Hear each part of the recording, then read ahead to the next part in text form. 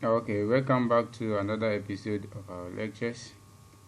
We are on the NOV 2011 Financial Accounting Objective Test. Okay, so we got to question number 20. We are going to continue from question number 22. And we've been asked to use this information to ascertain the answer or to answer the question number 20 to 22. Okay, so let's get to question number 22. The total expenditure is this.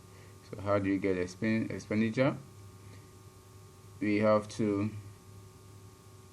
go through the items and see the one that relates to expenditures. Then we add them. So let's see, repairs of market sales. So the moment you even hear repairs, should tell you that it's an expenditure. So 400,000 is an expenditure. As I earlier on said, I don't know the currency here that they are using. If you know, leave them in the comment section. I want to know. Okay. And then licenses is not expenditure. Purchases of furniture, yes. So purchases of expenditure is expenditure. Okay, so purchase of furniture is an expenditure. Property rate is not an expenditure. Okay, so the expenditure here is 400,000 and that of 300,000. So let's do the summation. You take your calculator and do it. 400,000 plus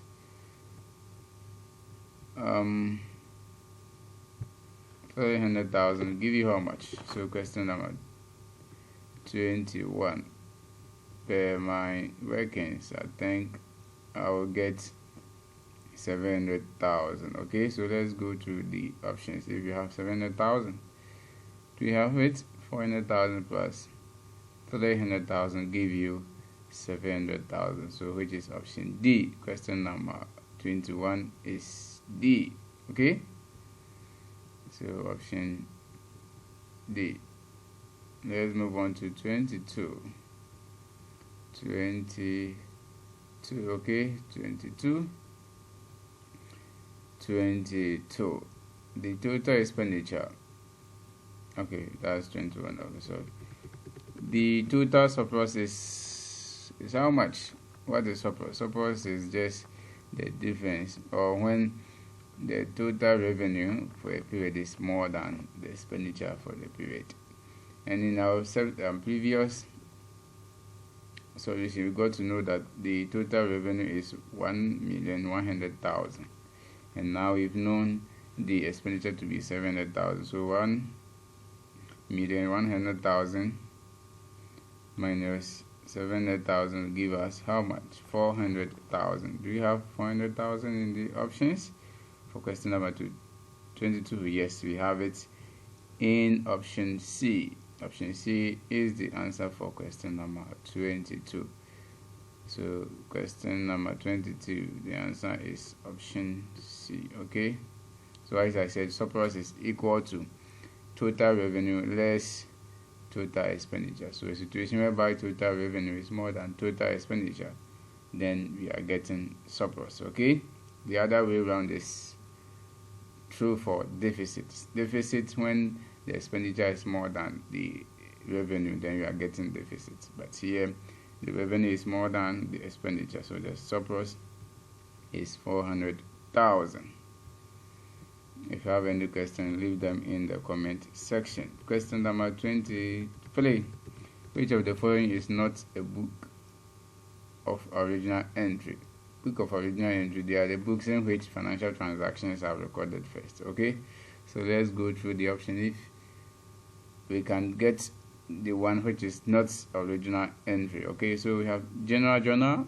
The general journal is one of them, so option A is out. Cash book is also day book or original entry, so cash book is also out. Sales ledger, what is sales ledger?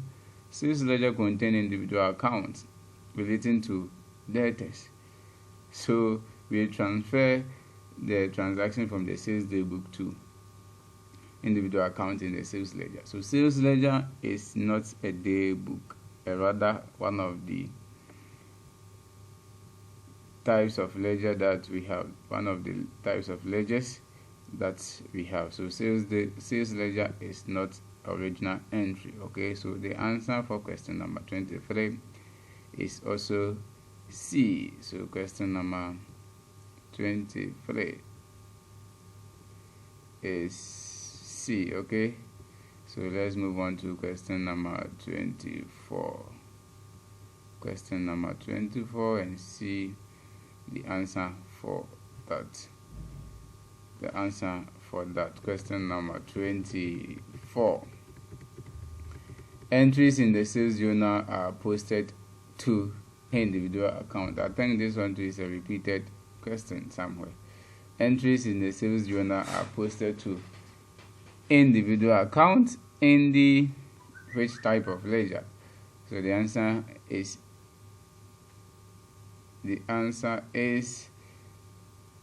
let's go to the options to see. So sales journal, we have posted them to what type of ledger? We have purchase ledger. Purchase ledger contains information relating to creditors, and sales daybook contains information relating to credit sales. So the information in the sales journal should be transferred to the debtors account. Okay, the debtors account in a particular ledger. So let's look for that particular ledger. So debtors ledger. So the answer is B, debtors ledger. The debtors ledger contains information relating to individual debtors of a business. Okay, so the answer for question number 24 is B.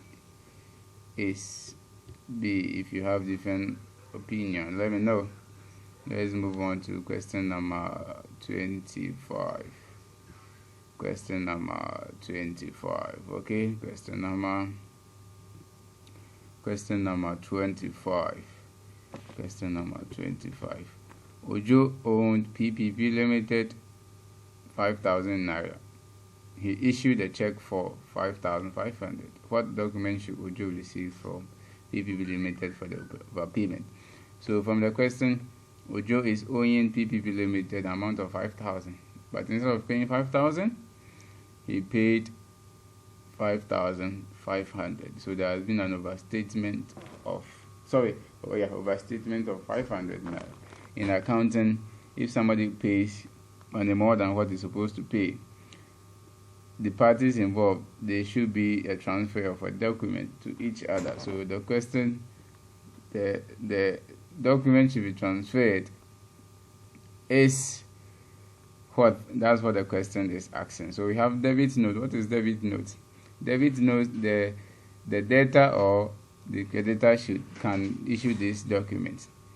But in a situation whereby if a debtor receives a debit note from the creditor, it means that what he paid or the amount or the goods that he received from the creditor was understated. Okay, was understated. So the creditor is just, or the business partner is just giving him the note indicating that his account has been debited with the amount stated on the document to show that his balance has been increased to its original amount. So that's the meaning of debit note. Both parties can issue this document. Sales invoice. So debit note cannot be the answer. Okay, so debit note cannot be the answer. Sales invoice. What is sales invoice? Sales invoice has to do with goods that we sold on credit. So they are the documents that indicate the goods that we sold on credit, and we use it in the sales daybook. So this one too cannot be the answer. Let's see, credit notes. Credit notes, yes. So if a customer, so from here you could see that Ojo is a debtor to PPP Limited, and he supposed to receive a document from PPP Limited. So a credit note issued by PPP to Ojo should be a credit note to tell Ojo that his account has been credited, indicating that his bills, the bill that he received or the payment that he made has been overstated by 500. So in the subsequent accounting year, if Ojo is to buy something, if Ojo is to make payment, it is going to affect the amount that he's owing. Okay, it's going to affect the amount that he's owing him. is going to reduce the amount that in the future if you used to deal with him or if you used to buy something from him. So the credit note will indicate that his amount has been credited with an amount of 500 on the note, indicating that his bill or the payment that he's made is overstated and the account has been credited in the PPP Limited books. Okay, so the answer is supposed to be question number 24. The answer is supposed to be C, a credit note. Okay, a credit note. So the answer is C, which is credit note. Credit note. Credit notes received from or received by a debtor shows that his account has been credited, indicating that the bill or the payment or even the goods that he received was overstated. So his account has been credited, so that in the future, if there is to be any transaction between the parties, that amount will be set against the amount involved. Okay, so that's the meaning of credit note. And both parties can issue this document, so don't get confused. The explanation will differ depending who is issuing that document. Okay, a debtor can issue a credit note to the creditor, or a creditor can issue a credit note to a debtor. Okay, so never get confused about that. So let's move on to question number 26. Which of the following is a rare account? What is rare account? Rare account, we use it to record transactions relating to tangible assets. Okay, so it contains accounts relating to tangible assets. Sorry for the background noise. Somebody is making some call here. Sorry for that. So which of the following is a rare account? And I said the rare account is a type of account that we use to record the tangible assets. So let's see. So the question is, which of the following is a rare account? Salary account. Can you see salary account? No, you can't see. So the option A is out. Furniture account. Furniture, you can see and touch furniture account. So the furniture account, which is option B, is the answer for question number 26. I don't want to explain everything here because I don't want to make this video very long. Okay, I want to make it short as possible. So pardon me for not explaining all the options, but if you want me to give explanation to a particular option, you can leave them in the comment section. So the answer for question number 26 is B. Okay, furniture account. So question number 26, the answer is B. The answer is B. Let's move on to question number 27. Question number 27. So question number 27, where is it? In the profit and loss account, carriage outward is what? I think this one too has, it's a repeated question somewhere. They have some kind of relationship. See, the account, that's how the questions used to be.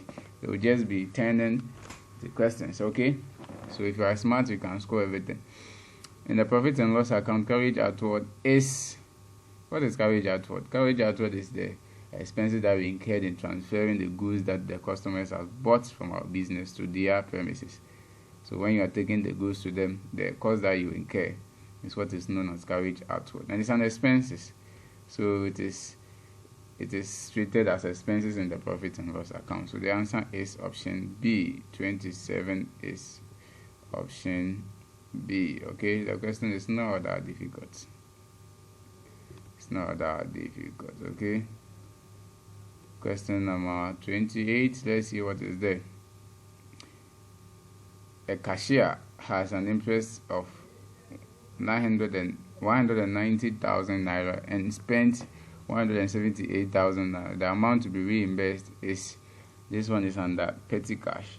So the petty cashier is always given an amount in which petty transaction should be paid out from. Okay, and any amount that he spent should be reimbursed at the end of the period. So let's see how much